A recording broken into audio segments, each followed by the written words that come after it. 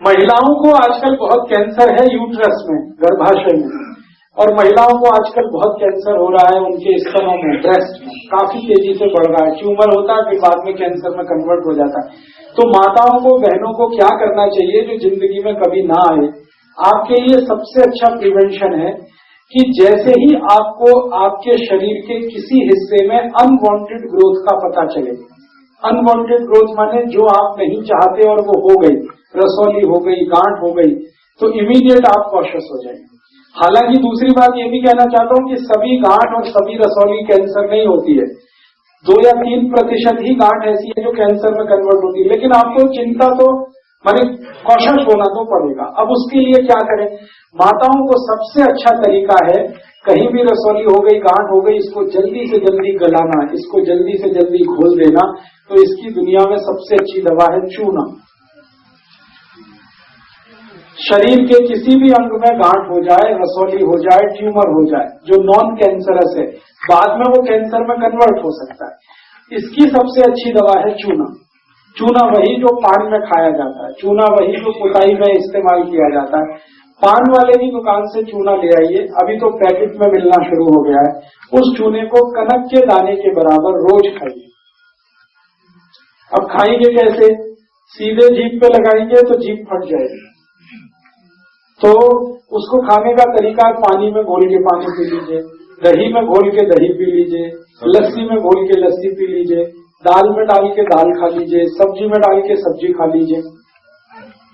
कहीं भी शरीर में गांठ है तो देखिए, पेट के बीच में रसौली है तो वो भी गांठ ही की तरह, और वो भी गलेगी, चूने से ही गलेगी। पता कैसे चले? पता कैसे चले? पता करने का बहुत सिंपल तरीका है।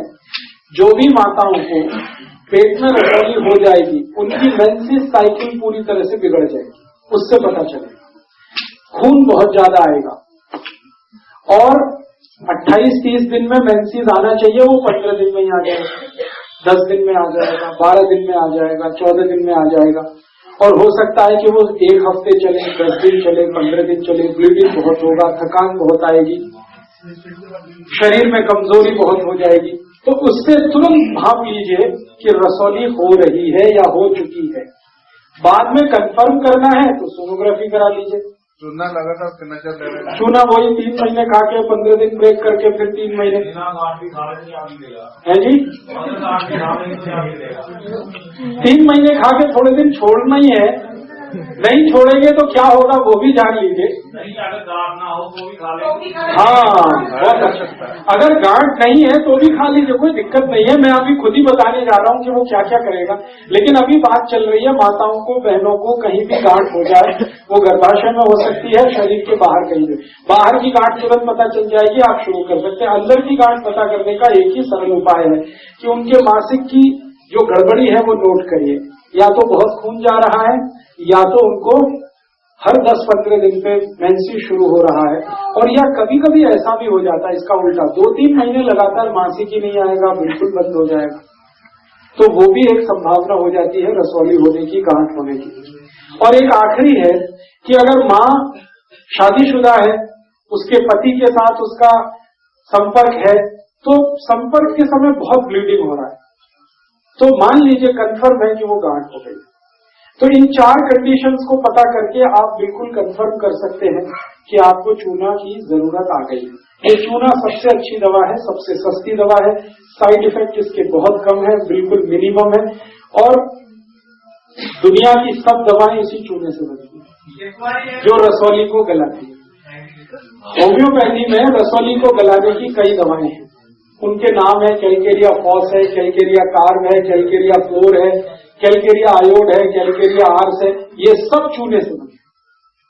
तो वो सब बताऊं उससे अच्छा मैंने आपको माँ बता दी जिससे ये सब दवाएं बनती है, चूना ही है वो।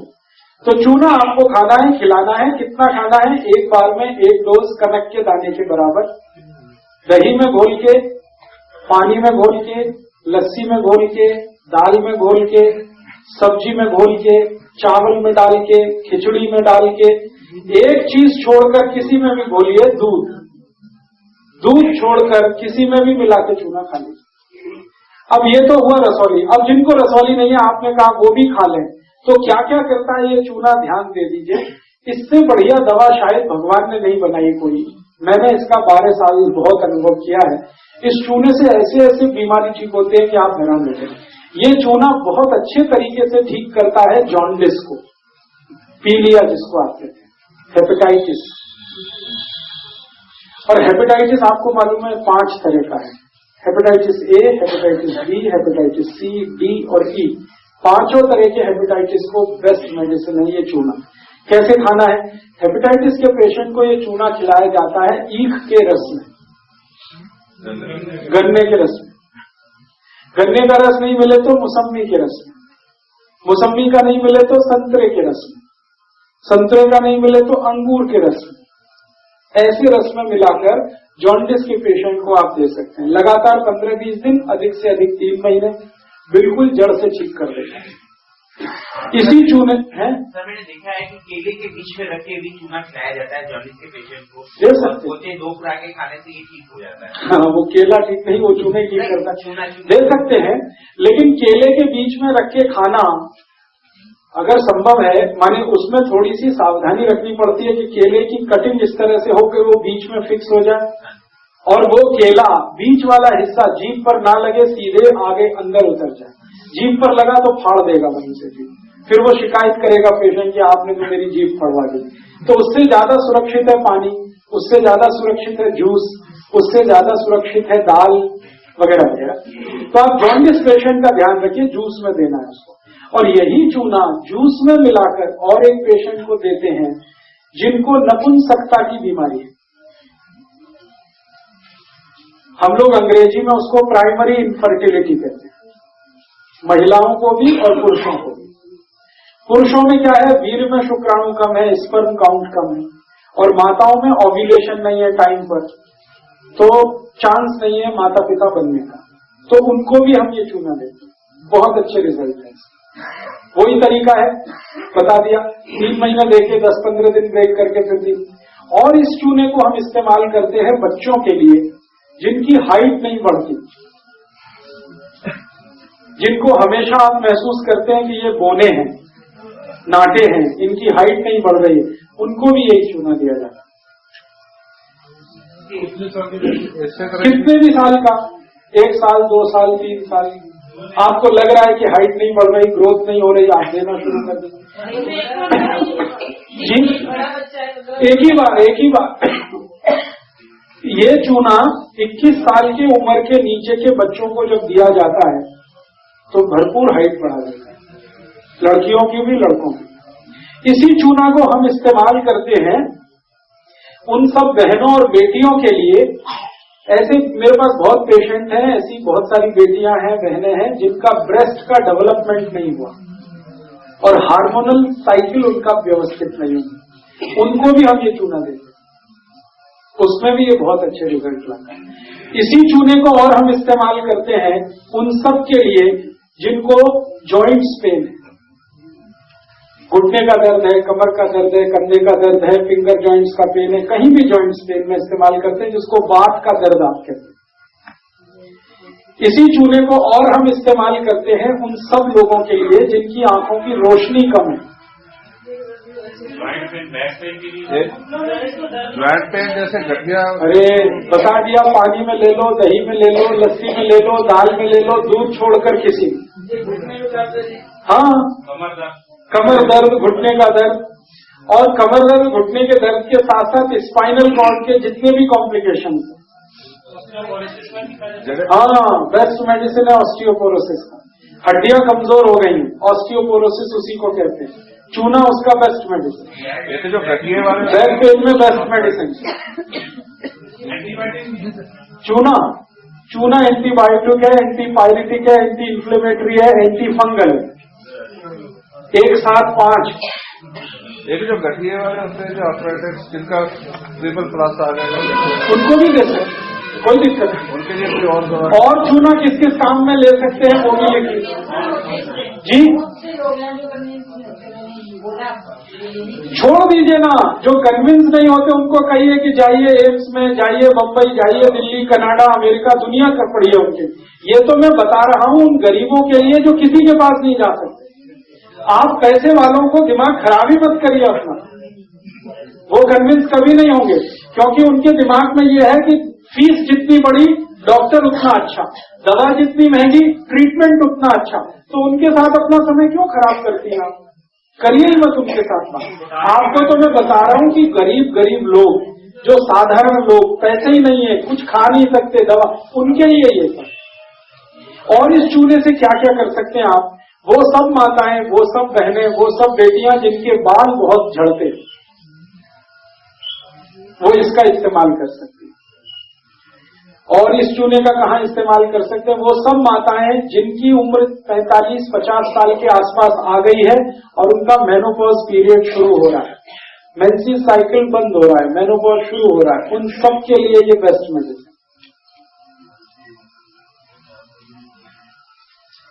और इस चूने को कहाँ इस्तेमाल करते हैं? अगर शरीर में चुस्ती फुर्ती नहीं है, हमेशा आलस्य रहता है, हर समय दिल करता लेटे रहो, बैठे रहो, कुछ मत करो, उसकी भी यही मेडिसिन है चूना। ऐसी गुलकंद वगैरह जो बनता है, मीठा पान, चूने का लगा के रोज खाइए, आप एकदम दुरुस्त रहेंगे, दांत अच्छे रहेंगे, चमकते रहेंगे, कभी पीले नहीं पड़ेंगे, कभी कमजोर नहीं पड़ेंगे, दांत में कभी दर्द नहीं होगा, ठंडा पानी ठंडा नहीं लगेगा, गरम गरम नहीं लगेगा। ये ठंडा गरम का सारा चक्कर भी चूने से ही ठीक होता है। दांत की सब बीमारियों में चूना ही काम आता है। अगर कोई ये कहने लगा है कि मेरे दांत में कीड़ा लग रहा है, तो समझ लो कैल्शियम बहुत कम हो रहा है, तो भी चूना ही खाना पड़ेगा। तो ये चूना आपको सब तरफ से इस्तेमाल करके देखना, बचपन से लेके बड़े तक है जी। गुनगुना रहेगा तो जल्दी भूलेगा। हाँ, बस अब इसी में आ रहा हूं मैं कि अगर आपने मेरे बताए अनुसार ध्यान नहीं दिया, मैं बोल रहा हूं बार बार, कनक के दाने के बराबर, अगर आपको ऐसा लगा क्या फर्क पड़ता, 2 कनक के दाने के बराबर लो, 3 कनक के दाने के, तब बहुत जल्दी आपको स्टोन बन जाएगा और आपको किडनी को या तो लीवर को तकलीफ कर देगा, गॉल ब्लैडर को भी तकलीफ है। जिन्हें पहले स्टोन है।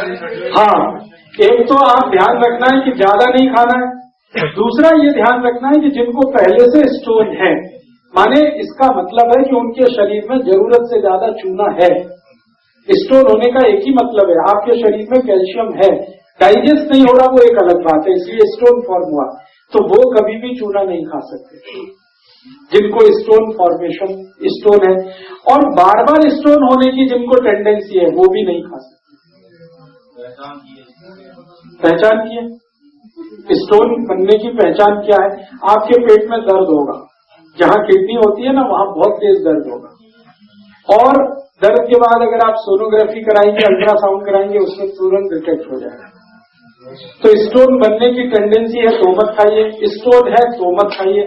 और एक कंडीशन है, बॉडी में कैल्सिफिकेशन हो जाता है, जो थोड़ी देर पहले आपने पीछे से कहा कि हड्डियों के आसपास बहुत कैल्शियम डिपॉजिट हो जाता है और एकदम सूज जाता है, हाथ को हिला भी नहीं सकते, वो कंडीशन, तब भी नहीं खा सकते। तो ये 3 कंडीशंस को ध्यान में रखना। कैल्सिफिकेशन हो गया तो नहीं खा सकते, स्टोन फॉर्मेशन है और टेंडेंसी है तो भी नहीं खा सकते, और ज्यादा तो नहीं ही खा सकते। कनक के दाने से कम ही खाएं तो अच्छा है, ज्यादा खाने की कोशिश कभी न करें, क्योंकि ये उतना ही पर्याप्त